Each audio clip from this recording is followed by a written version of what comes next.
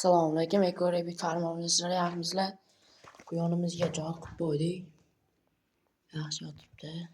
Bo'g'oz quyonimizga. Quyonlarimiz yaxshi holatda. Kim Gold Crow Farhodbek akani fermasini taniydiganlar bo'lsa, biz Farhodbek aka Gold Crowdan shart so'ramoqchimiz. Faqat quyonlar bo'yicha. Bizni ko'rayotgan bo'lsangiz, Farhodbek aka mana shu quyonlar bo'yicha shart bersangiz bo'laveradi.